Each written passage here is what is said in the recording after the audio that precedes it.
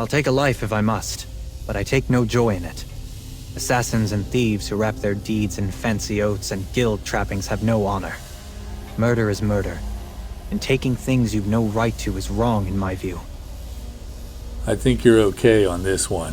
This thing isn't alive and it never was.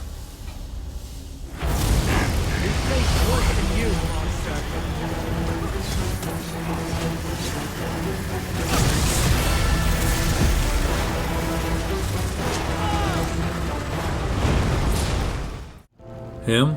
He's no god. He's a murderer that used some tools the Dwemer left behind to set himself up as a god. Look at this stiff-legged thing. Does that look like anything made by a god? The clock has run out on this place. It'll take a while to wind down, though. We won't live to see it.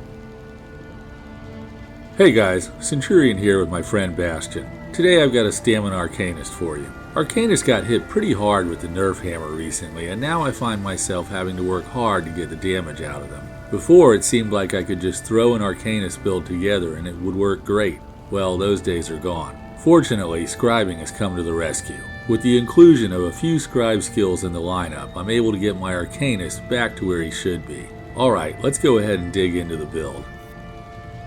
This character is another of several Dark Elves I have. Dark Elf is a top damage dealer race. I'll put up the usual hierarchy list for you guys interested in that stuff, but as always remember that I recommend you play the race that you find interesting. Playing a character that you enjoy is probably the most important part of the game. Moving along, you can see that I'm using the Thief Mundus Stone, and if you want to maximize your damage in the 4-player dungeons, that's what you should use. Even in solo content, I recommend the Thief because invariably there's something in just about every build that depends on critical chance. For those things to work efficiently, it's best to maximize crit. My preferred food on this build is Dubious Camoran Throne. This stuff is cheap and it gives a good mix of health, stamina, and stamina recovery. I think I ran Lavafoot Soup in the fight coming up, but that leaves me a little light on health, and that's almost always a problem with Dark Elf characters. Up top I have all my attribute points in stamina, and that's the norm for a stamina damage dealer. I have 21,000 points of health and 28,000 points of stamina.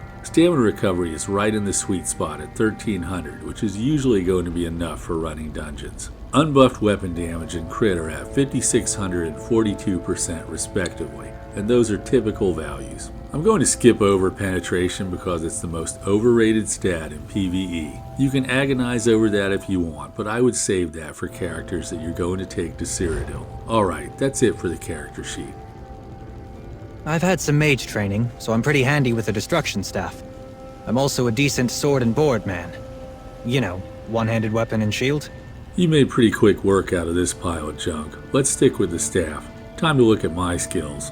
I'll start on the back bar, which is an Inferno staff. The first skill I use is Inspired Scholarship. This Arcanist skill increases the damage on my class skills, gives me the major sorcery buff, and gives me a crux if I don't already have one. Next I use the Scribe skill, Shocking Explosion. My custom version of this skill does instant shock damage over time, and causes enemies in the area to be afflicted with Minor Brittle. Minor Brittle increases critical damage by 10%, which is a really strong buff, and I've taken to trying to get this into every build I can. Now it's true that the Arcanist skill, Room of the Colorless Pool, causes Minor Brittle, but I didn't find that to work nearly as well as Shocking Explosion. I chose shock damage here because fire damage is well represented elsewhere in the build, and the burning status effect has significant uptime. Shocking Explosion does a tremendous amount of damage, but has the drawback of a 2-second cast time. To minimize this, I'll queue up my next skill during that cast time so it activates as soon as possible.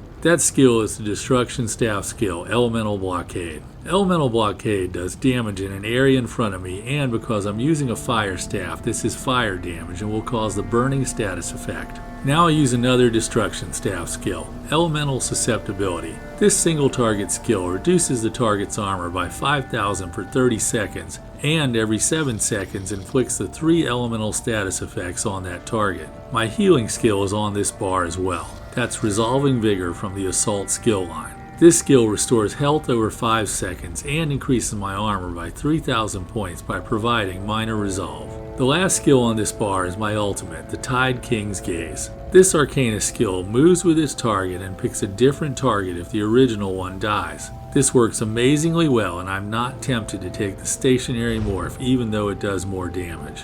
Alright, let's look at the other bar, which is dual wield daggers.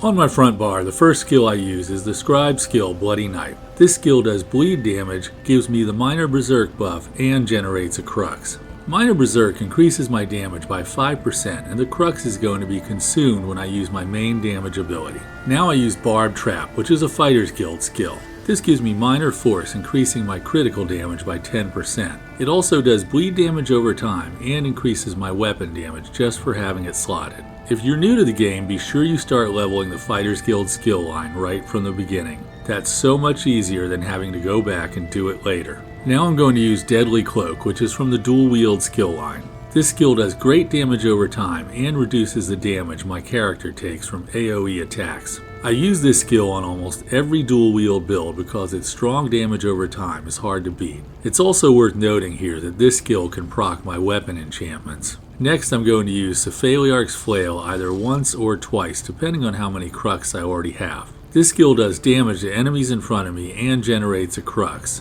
It also covers the targets in abyssal ink, causing them to take 5% more damage. As soon as I have 3 crux spinning around my character, I'm going to use my most powerful attack, which is Exhausting Fate Carver. This green beam will do massive damage to enemies in its line of fire during its channel time of 4 seconds.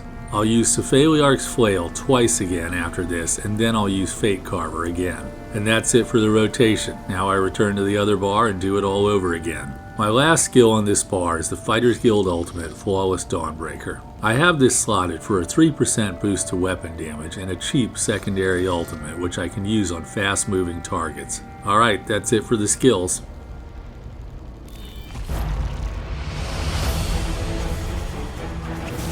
Take that, you big frozen bastard.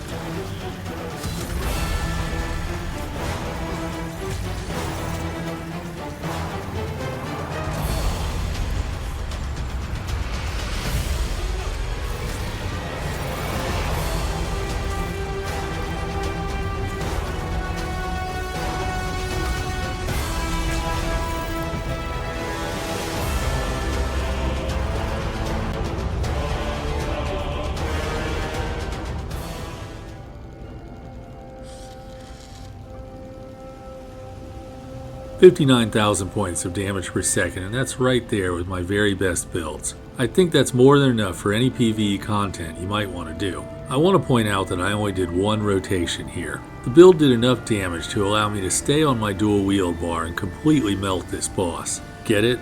Melt? He's a frost atro? Never mind. Sorry. I should point out that there was a slight bit of cheese in that fight. I never had to pay the 2-second delay penalty for the shocking explosion skill.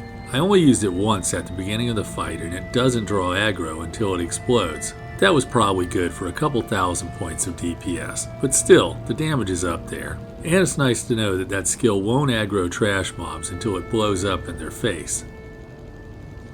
Quite a few locals here. Let's see what they have to say. The Clockwork Apostles walk the path of the sublime piston, which sunders the named pursuits of those trapped upon the line motion. Oh, brother. Let's go ahead and look at gear. On my front bar I have 2 Order's Wrath daggers. My main hand is Nirnhoned with a poison enchantment, and my offhand is charged with a fire enchantment. Order's Wrath is the strongest crafted set in the game. This set comes from the High Isle. Craft this set or have somebody make it for you. This set is useful on any class, so you can't go wrong. On the back bar I have the Maelstrom's Perfected Inferno Staff. This comes from the arena of the same name. You don't have to have the perfected one, run the normal one if you've got it, or just run an Order's Wrath staff here. Just make sure you've got a staff with the infused trait and a weapon damage enchantment. That works with the Wall of Elements skill to increase your weapon damage even after you swap bars. Any questions on that, feel free to ask me in the comments section. I'm wearing one piece of the Slimecraw monster set for extra crit. That comes from Wayrest Sewers, and that's pretty easy to get a hold of. Since my main damage skill is a channeled attack and I have a lot of damage over time, I'm using the Deadly Strike set as my second 5-piece set.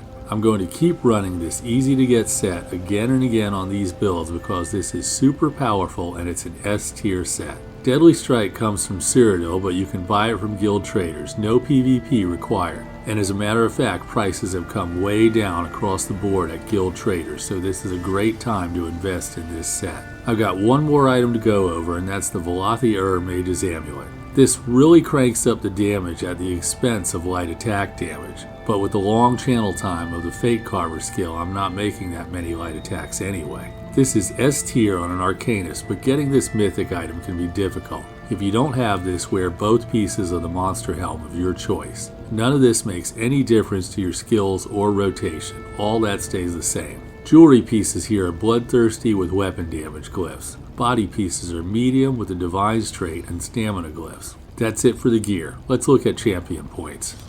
The blue tree has Master at Arms, Biting Aura, Fighting Finesse, and Wrathful Strikes. The only thing of note here is that Biting Aura is included instead of Deadly Aim.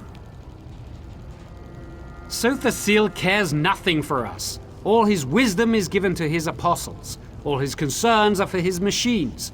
Why follow a god who thinks nothing of you?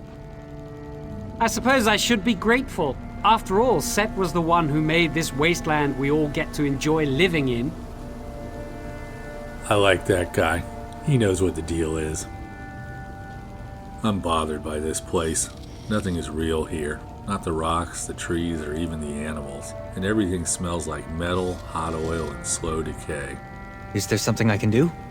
No, brother. Let's just finish our business and get out of here. Alright guys, that's all I've got for today.